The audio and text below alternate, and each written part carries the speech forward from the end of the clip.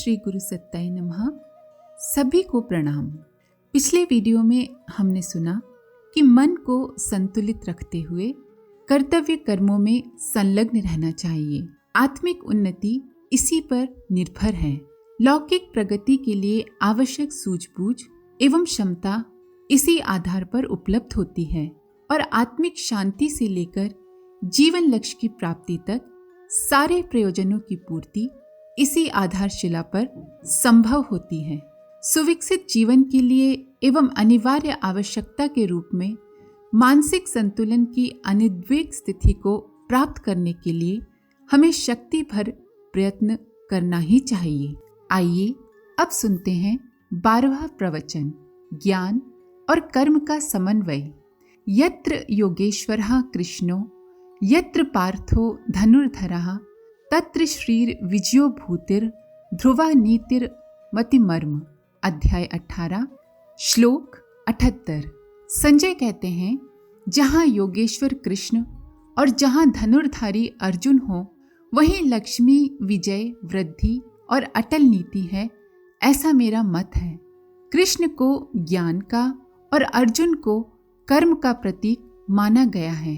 भगवान ने गीता का ज्ञान देकर उद्बोधन किया और अर्जुन ने गांडीव उठाकर युद्ध आरंभ कर दिया।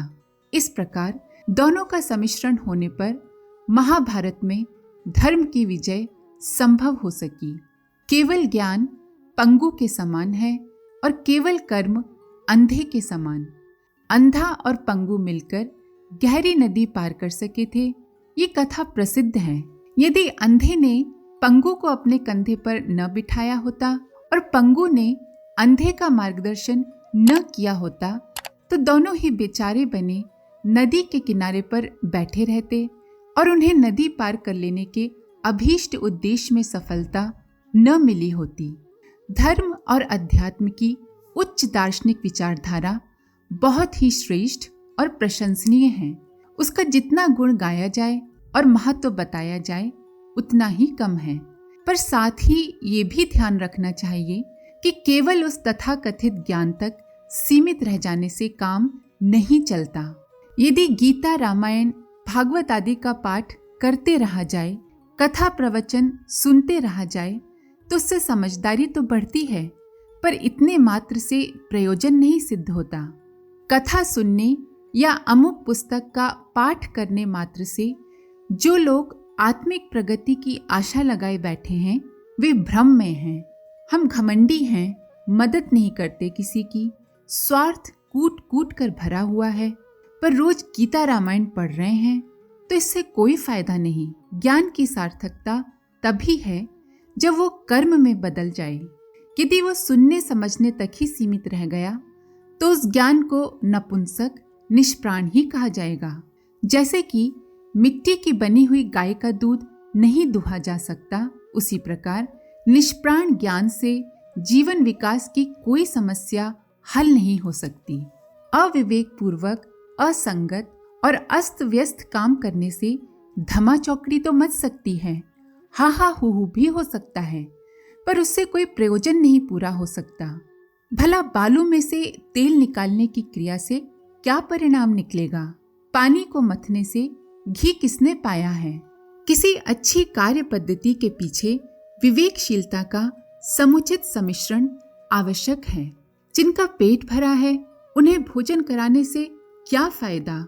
जुआरी शराबी को दान देने का क्या मतलब? हट्टी कट्टे स्वस्थ लोगों को दान देना तो पाप के समान ही है। ऐसे में वे लोग आलसी ही बने रहेंगे। तात्पर्य ये है कि जो भी कार्य करें उसे विवेक पूर्वक करें। इसी प्रकार उत्तम विचार मस्तिष्क में बने रहें तो उनसे भी कुछ तो अच्छा ही है, पर कहने लायक प्रतिफल तभी देखने को मिलेगा जब वे विचार कार्य रूप में विकसित होने लगे। जीवन लक्ष्य की प्राप्ति के लिए ये नितांत आवश्यक है कि जो उत्तम ज्ञान सुना समझा गया हो उसे कार्य रूप में विकसित करने की तैयारी की जाए। उथले मन से सुना समझा ज्ञान मनोरंजन मात्र ही रह जाता है, पर जिसे भावना पूर्वक हृदयंगम किया गया हो वो कार्य रूप में परिणत हुए बिना नहीं रह सकेगा। अध्यात्म ज्ञान को मनोरंजन के लिए या हल्के मन से सुनने समझने पर वो लाभ प्राप्त नहीं हो सकेगा जिसके लिए कि उस महान विचारधारा का निर्माण किया गया है। गीता के प्रवचनों में जीवन के प्रायः सभी पहलुओं पर आवश्यक प्रकाश डाला गया है और जीवन को कैसे जिया जाए इसका अभीष्ट मार्गदर्शन भली प्रकार किया गया है। सुर दुर्लभ मानव जन्म एक अनुपम अवसर है। 84 लाख योनियों में भ्रमण करने के बाद यदि एक योनि में 1 वर्ष रहने का औसत मान लिया जाए तो 84 लाख वर्ष बाद ये अवसर मिलता है। उस अलभ्य सुअवसर को यदि कौड़ी मौल गवा दिया जाए, वासनाओं और तृष्णाओं की मूर्खता में बर्बाद कर दिया जाए तो इसे एक दुर्भाग्यपूर्ण स्थिति ही कहा जाएगा। जीवन के दिन तो किसी प्रकार हंसते रोते काटे जा सकते हैं, पर जब ये शरीर छोड़ना पड़ता है तब जीव को अपनी भूलों के लिए कितना चित्कारपूर्ण पश्चाताप करना पड़ता है, इसकी अष्ठीक कल्पना तक कर सकना हमारे मोहग्रस्त मस्तिष्क के लिए संभव नहीं है। गीता का उद्बोधन इसलिए है कि समय रहते हम चेतें और ईश्वर की इस अनन्य अनुकंपा मानव जीवन की उपलब्धि का श्रेष्ठतम सदुपयोग करने के लिए कटिबद्ध हो जाएं। ज्ञान और कर्म का सम्मिलित स्वरूप ही अंतःकरण में संस्कार का स्वरूप धारण करता है और उन परिपक्व संस्कारों के आधार पर ही आत्मिक निर्भरता रहती है। शमशान वैराग्य तो आवेश रूप में यदा कदा उदय होता रहता है। उसका लाभ बस इतना ही है कि तत्काल उस आवेश में कोई सत्कर्म बन जाए, कोई शुभारंभ चल पड़े तो अच्छा है, अन्यथा उस आवेश के ठंडा होते ही वही पुराना ढर्रा फिर से शुरू हो जाता है। इन आवेशों के ज्वार भाटे संस्कारवान परिपक्व मनोभूमि का निर्माण नहीं कर सकते और उसके बिना चिरस्थायी आत्मिक प्रगति की संभावना भला कैसे हो सकती है। इसीलिए अध्यात्म पथ के विद्यार्थी के लिए ये नितांत आवश्यक है कि वो उपलब्ध सद्ज्ञान को व्यवहारिक जीवन में उतारे, उन्हें सत्कर्मों के रूप में परिणत करे।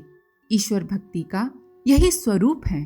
अर्जुन को भगवान ने कर्मों में लगाया था। वे चाहते तो उसे पूजा पाठ तक सीमित रहने वाला तथा कथित भक्त बन जाने की बात भी सुझा सकते थे। अर्जुन तो वैसे भी संघर्ष में पड़ने से इनकार कर ही रहा था। कृष्ण चाहते तो उसकी इच्छा का समर्थन कर सकते थे, पर उन्होंने वैसा नहीं किया क्योंकि वे जानते थे कि ज्ञान को केवल विचारते, पढ़ते रहने, सुनते रहने, कल्पना क्षेत्र में उड़ते रहने मात्र से कोई प्रयोजन सिद्ध नहीं हो सकता। इतने मात्र से ज्ञान का संस्कार रूप में परिणत होना संभव नहीं है और इसके बिना आत्मविकास का तारतम्य भी कहाँ बैठता है। कल्पना की उड़ानें लक्ष्य तक पहुँचने में कहाँ समर्थ होती हैं। सद्ज्ञान की सार्थकता तभी है जब सत्कर्मों का रूप धारण करें। ज्ञान उपलब्ध हुआ या नहीं, इसकी परख इसी प्रकार की जा सकती है कि उसे उतनी गहराई तक हृदयंगम किया गया या नहीं, ताकि वे मान्यताएं व्यवहार में उतर सकें। यूँ जानकारी के रूप में तो न जाने हम कितनी पुस्तकें, पत्रिकाएं पढ़ते ही रहते हैं और पढ़कर एक कोने में रख देते हैं। उनसे ज्ञानवान बनने का लाभ किसे मिलता है? ज्ञान की दृष्टि से जो कुछ जाना गया है वो इतना प्रबल भी होना चाहिए कि उसे कार्यान्वित किए बिना रहा ही न जा सके। जीवन संघर्ष में पग पग पर चलते हुए जो बाधाएं आती हैं, उनसे लड़ने के लिए जो काम आ सके, हथियार का काम दे सके, उसी को सच्चा ज्ञान मानना चाहिए। भगवान का अवतार उनकी प्रतिज्ञा अनुसार तब होता है जब परिस्थितियां विषम से विषमतर हो जाती हैं और उनको पलट डालने के लिए किसी प्रबल व्यक्तित्व की आवश्यकता होती है। समय का परिवर्तन जन सहयोग के बिना संभव नहीं। अवतार की प्रेरणा से जनमानस में उथल पुथल मचती है और अभीष्ट उद्देश्य की पूर्ति के लिए अगणित व्यक्तित्व सहयोग देने को आगे आने लगते हैं। युग परिवर्तन की आवश्यकता को पूरा करने के लिए भगवान ने महाभारत रचा था और उसमें जो कृष्ण के सच्चे भक्त थे उन्होंने आगे बढ़ चढ़कर भाग लिया था। अर्जुन संघर्ष से बचकर पूजा पाठ जैसा सरल अवलंबन पकड़कर काम चलाना चाहते थे, पर भगवान ने उन्हें वैसा नहीं करने दिया, क्योंकि जब मोहल्ले में आग लग गई हो, घर छप्पर जलते चले आ रहे हों, तब कौन ऐसा होगा जो उसे बुझाने की बजाय एकांत में जाकर आसन प्राणायाम की बात सोचे। कुछ समय ऐसे भी होते हैं जब मनुष्य को कठिन कर्तव्यों में संलग्न होना योग समाधि से भी अधिक श्रेयस्कर होता है। जिन दिनों गीता कही गई थी, उन दिनों इसी प्रकार की परिस्थितियां थीं। भगवान के सभी भक्तों को युग परिवर्तन का उद्देश्य पूरा करने के लिए किसी न किसी रूप में महाभारत में संलग्न होना ही पड़ा था। आज ठीक वैसी ही परिस्थितियां हैं। आज गीता प्रवचन की बिल्कुल वैसी ही आवश्यकता है जैसे उन दिनों थी। मोहग्रस्त अर्जुन की तरह आज भारतीय समाज भी अगणित कुंठाओं से ग्रस्त निष्प्राण जैसा बना पड़ा है। उसमें नवीन शक्ति जगाने की आवश्यकता है। गीता में इस प्रकार की क्षमता परिपूर्ण रूप से विद्यमान है। गीता को हाथ में लेकर क्रांतिकारी आंदोलन के कार्यकर्ता फांसी के तख्ते पर चढ़ते थे। गीता रहस्य का उद्घाटन कर लोकमान्य तिलक ने भारतीय राष्ट्र को अपना जन्म सिद्ध अधिकार प्राप्त करने की प्रेरणा दी थी। गीता के अनासक्त योग की व्याख्या करते हुए महात्मा गांधी ने अपना सत्याग्रह रूपी सुदर्शन चक्र चलाया था। राजनीतिक क्रांति में, स्वतंत्रता संग्राम में गीता जो भूमिका अदा कर रही थी, उससे अंग्रेज भी घबरा गए और एक बार तो गीता को पकड़ने के लिए वारंट तक जारी कर दिए थे। वो भूल तब सुधरी जब उन्हें मालूम हुआ कि गीता कोई व्यक्ति नहीं वरन एक धर्म पुस्तक है। योगी अरविंद की राष्ट्रोत्पादक तपश्चर्या के पीछे गीता की ही प्रेरणा विद्यमान थी। गीता के प्रवचनकर्ता विनोबा भावे वामन अवतार की तरह भूमि मांगते हुए सर्वोदय का प्रकाश उत्पन्न कर रहे थे। युग परिवर्तन की इस संधि वेला में हजारों लाखों व्यक्ति मिलकर जो कार्य नहीं कर सकते, वो अकेली गीता ने किया था और कर रहे हैं। नए समाज का निर्माण इसी गीता भगवती के नेतृत्व में किया जा रहा है। इसे हर कोई खुली आंखों से देख सकता है। आज के लिए इतना ही। आप सभी का धन्यवाद। ओम शांति। हमारे YouTube चैनल को सब्सक्राइब करें और बेल आइकन को दबाकर ऑल पर क्लिक करें ताकि आने वाले सभी वीडियोस की नोटिफिकेशन आपको मिलती रहे।